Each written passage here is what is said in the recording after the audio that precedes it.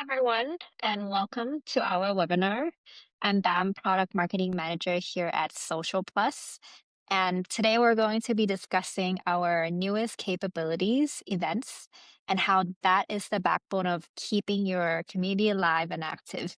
We've got Jack, our product manager, here joining me today. Really glad you can make it today, Jack. Thanks, Bam. I'm really excited. Yeah, no, I'm super excited as well. And I think the topic that we have today is super interesting. So before we get going, do you have anything you want to add? Yeah, I'm really just very excited. We've seen so many community managers struggle with the manual fragmentation around events, jumping between 3 or 4 different tools. So showing how we've integrated the entire life cycle into Social Plus is something I've been looking forward to. Yeah, me too. Before we jump right into that, just want to cover the agenda here. And how we're structuring it is that we'll first talk about why events matter, which is the feature itself that we're going to be covering today and going over like what the problem is with passive communities and external tools. Jack will also be going through a live demo of our Social Plus events feature, covering also use cases across industries and also giving you a playbook of running a successful event. So before we get into all these insights, Jack, what's the one thing you're hoping people take away today? Yeah, I think the biggest shift is to stop thinking events as one-off campaign and start thinking of them as habit. A successful community moment depends on 3 pillars: discovery, commitment, and on-time attendance. If you can automate those 3, you can turn your events into a compounding flywheel. I think you've mentioned something really important and actually connects well with what I want to begin our session with, which is the problem. What makes events not just like a nice to have, but genuinely necessary. So let's talk about what's actually at stake here. When, a brand has a high stake moment, when they're launching a product, having an AMA or a live stream, there's certainly a window there, and most brands are leaving an enormous amount on the table by not treating it like one.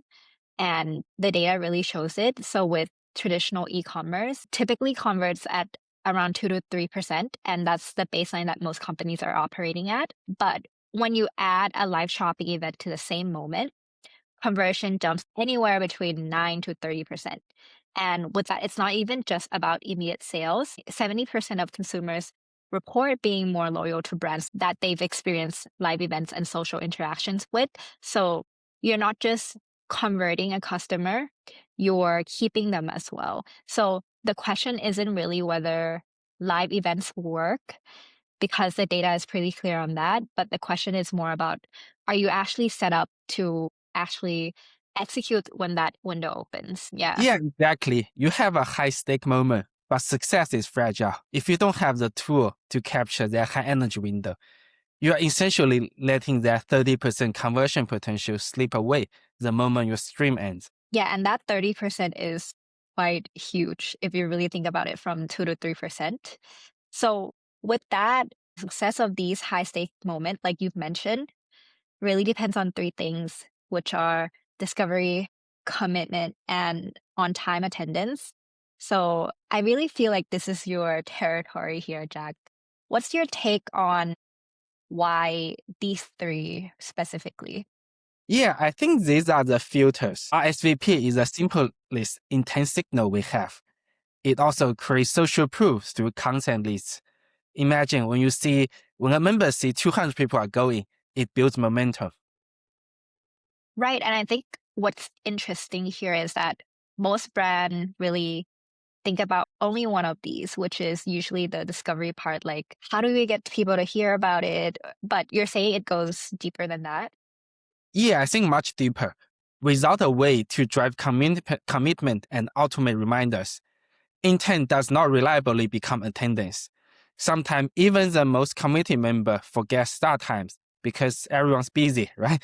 You need the platform to do the nudging for you. Yeah, so it's really the full chain here, like not just discovery or commitment or even get people who are committed to join, like they have to first be able to find it, decide if it's worth their time, and actually show up. So if you break any of these, you already lost part of the moment. So with all that at stake, I think it's really hard to pull that together when your community is passive. And unfortunately, most communities are. With passive communities, they create three very specific problems when you come to think about it. First is that there's no reason for members to come back at a specific time. So with passive communities, they scroll through the feed and there's no moment that demands presence at a specific time. So nothing feels urgent. Second is any coordination you try to do is manually, from setting up the events to posting about it and promoting it. So that really eats up time as well. And the third specific problem when it comes to passive community is that when people have intent, like you've mentioned, Jack, even when they say they'd come, that intent doesn't become attendance. The gap between intent and attendance is huge without reminder. So when you think of these three problems, what do you think is the hardest to fix here? Yeah, I think that would be the manual coordination gap. Hosts waste hours posting detail in feeds or chat, which just lead to repeat questions and resharing links. It's a massive time sink that actually prevents you from focus on the actual content of the event. Yeah, and that's like the frustrating part of it, right? Because you're not even focusing on the event or like the star of the show itself, but more of like putting it up together, which defeats the whole purpose of having an event. I feel like brands have tried to solve this probably. They probably go out and stitch together a bunch of external tools, which is exactly what I want to get into next. So when you run a single event, teams are probably juggling anywhere between 4 to 6 or even more different tools. Jack, can you help me paint a picture here? Like, what does that look like day to day when a team is trying to pull an event together? Yeah, it's incredibly fragmented, right? When you don't have a central event tool, you are pushing people off your app to emails, Zoom, or even Event Tribe, just to keep things organized. And that's the moment, when people are engaged in your app, but you are getting them away from your app.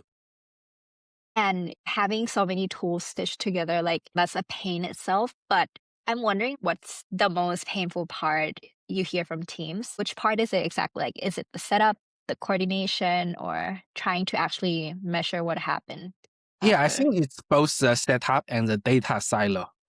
Admin teams Mm. don't want the event creation to depend on third party or even their developers. They need a central location to run everything. Plus, when you use 5 different tools, you also get 5 different set of analytics that don't talk to each other. That's true. When I try to think of it, you don't even know where to begin, right? With like those 5 sets of analytics, like which one do you actually begin to look at? So, yeah, that's the problem with having so many tools externally. That's like exactly the problem we set out to solve. So, let me show you what that actually looks like when it all comes down to one place. So, we design events to own the entire lifecycle natively. So, from like scheduling to discovery, RSVP, going live, moderation, and analytics. So let's start with event creation. Admins and community managers can schedule and manage events directly from the console and also select event format from in person, digital, and live stream. And when it comes to event discovery, that's where members get a dedicated events feed, like upcoming events, past events, and or what's live now. And I feel like the possibilities are open-ended and quite endless here. That's just like a starting point to give you an example of what event discovery could look like for your platform. Besides that, RSVP is also built in, so members can commit directly in the app, and organizers also get a live attendee list. And when it comes to reminders, attendees or RSVPs get automated reminder before the event starts. So what we've mentioned, the gap between intent and attendance, that gets tightened and it closes it. And then when an event goes live, there's a live now ring that appears on a member story, just like how you see on Instagram. So they can tap in, join the stream, and also see how many others are watching. Mhm. Can also bring in co-streamers live.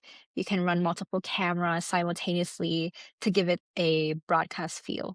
Aside that, you can also control discoverability between private and public streams as well. So that is more on the user's end. We also have the behind the scenes for community managers and admins. So they can moderate live stream chat and the live stream itself in real time from the console without disrupting the experience of both the audience and also the host itself.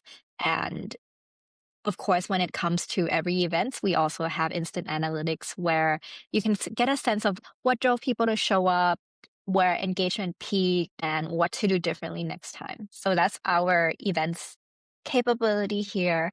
Yeah, I think that single source of truth is what matters.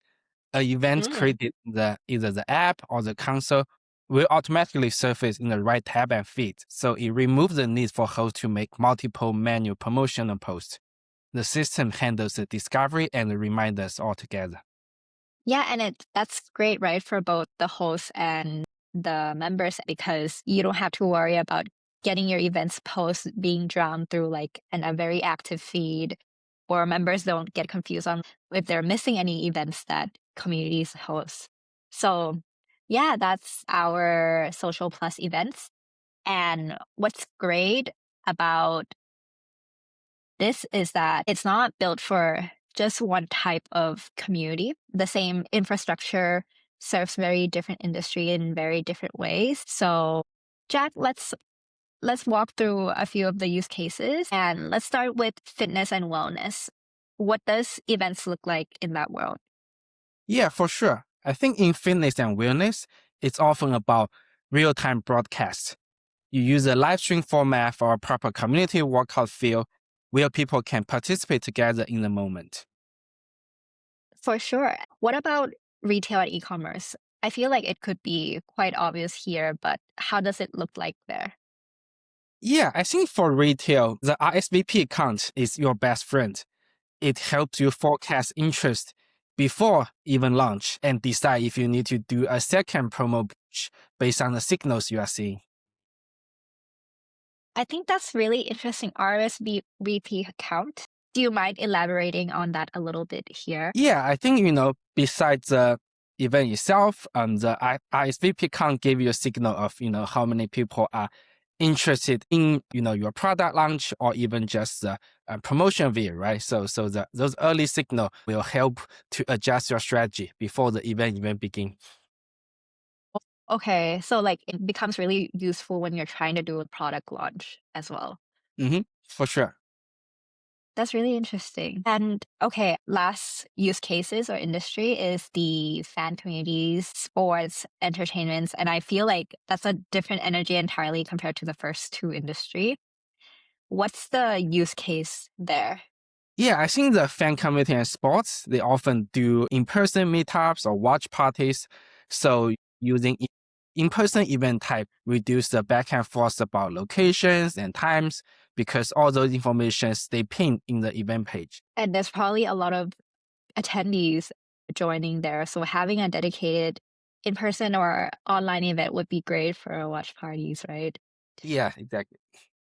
Yeah. And I feel like even though these are three completely different verticals, and I've said that there's different energy entirely across all of them, I also think when you pay a closer attention to these three, there's still a pattern. And the pattern is usually often the same every time. Every successful event follows the same arc or structure, which is the anticipation before, the energy during, and data after.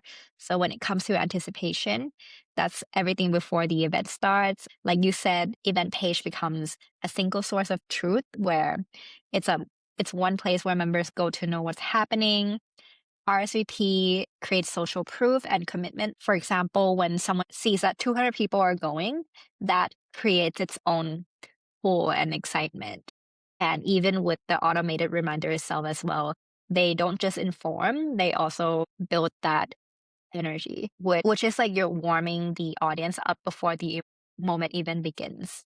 Mhm. And when it comes to the energy itself, the host is essentially running a show. There's a dedicated moderator keeping the chat alive, and early participation hooks pull the audience in. I'm wondering, Jack, how much does that early participation hook moment matter? Like, is there a tipping point? Yeah, I think it matters immensely, right? You have to start with the fast hook. Tell them that they are getting, tell them what they are getting in the first 30 seconds. My tip is, usually start by asking a question so people will type in their answer. And once they participate, they are far more likely to stay active. That's true because once you get them to engage, you've already got their attention and they're already focusing on the event itself by simply answering simple questions at the start of the event. So I think that's a great point here. And with after like the energy or like the show itself, the data part, the third phase is also really important here. So having recap in event discussion often keeps the conversation alive after the stream. And that's where you'll be able to drive RSVP for the next event. Also, the analytics itself is what you can actually work on so you can do it better next time. So there's that compounding effect. Those are like the patterns we are seeing across all successful events across industry. Now that we've talked about the problem and seen how it plays out across industry, I think now's a good time to see events in action. Jack, Yeah, do you sure. want to take us through the demo? Yeah, sure. So I will quickly show you, what's creating and attending events is like from the app side, and also show you, how the admin can manage it in the background by using our admin console. So yeah, let me just quickly find my screen to share.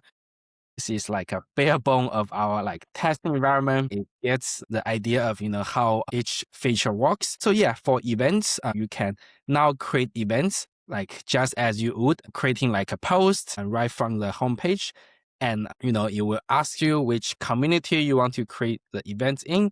It actually follows the privacy setting of the community. So if you have a private community, the event will also be private, only available to the members. But if you have a public community, then, everyone in the network can see the events. So yeah, let's just, try to create something in this community. So we really make it simple and easy when it comes to creating an event. Just, putting the name, detail, time and location, and then you can have an event. So let's just say, let's create an event, product launch, and and you can upload a nice picture, a thumbnail for your event.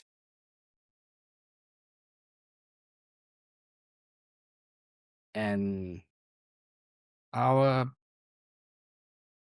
biggest launch, say you want something maybe next Friday from 9 a.m. to 10. And I think I have mentioned when it comes to event types, there are virtual events where it can either be like a live stream or like maybe through like a meeting platform like Zoom, or you can host an in-person event with a real physical location. So yeah, let's try just a live stream event. And here you go. You have your events created. And we also have a built-in discussion page that can keep people talking before the event really start. So that's creating. And now let's see how do member join an event. So we have this central event hub where it kind of show you all the events you are eligible for. So if let's say okay, this event tomorrow looks interesting, so let's go check out the event. And as I mentioned, I think one of the key is to get people to RSVP, so they are committed.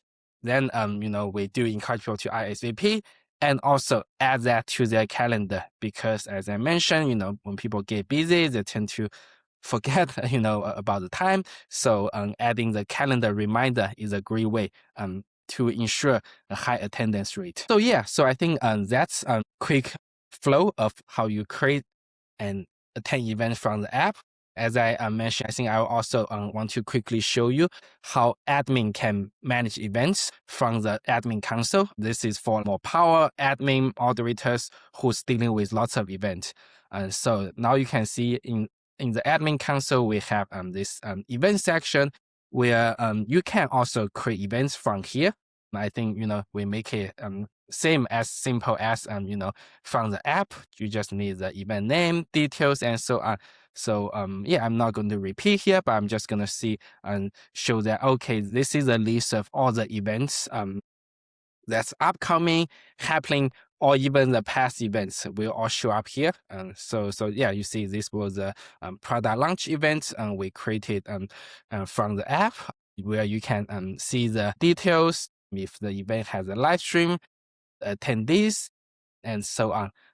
The console really gives like admins a centralized place and to manage all the events that's going on. This is just a quick flow showing both the app and the console side. Yeah, let's go back to the presentation. Thanks, Jack. That was such a comprehensive demo or walkthrough of our events capability. And now that we have laid out the problem, see it in action, it would be great to leave our audience here with some of the playbook of how to actually run it well, right? Mhm. So let's start with event cadence. Yeah, I think you need a predictable rhythm, whether that's weekly, bi-weekly, monthly, because consistency is what builds that habit of anticipation in your members. So it's not just about thinking about choosing the right cadence, like between biweekly, weekly, or monthly, but more of building that habit or predictability, right? Yeah, for sure. Great. And, once you have that cadence, the next thing is actually getting people to commit to it. So for the RSVP, what does asking explicitly actually look like? And what do you do when numbers are low? Sure. Yeah. So as I show in the demo, we do have this like large CTA as RSVP. We do want people to commit, and also prompt them to add to the calendar, and so they get a reminder when the time comes. Because the even the most interesting people, they tend to forget, they get busy. So a reminder is a great way to reduce the no shows.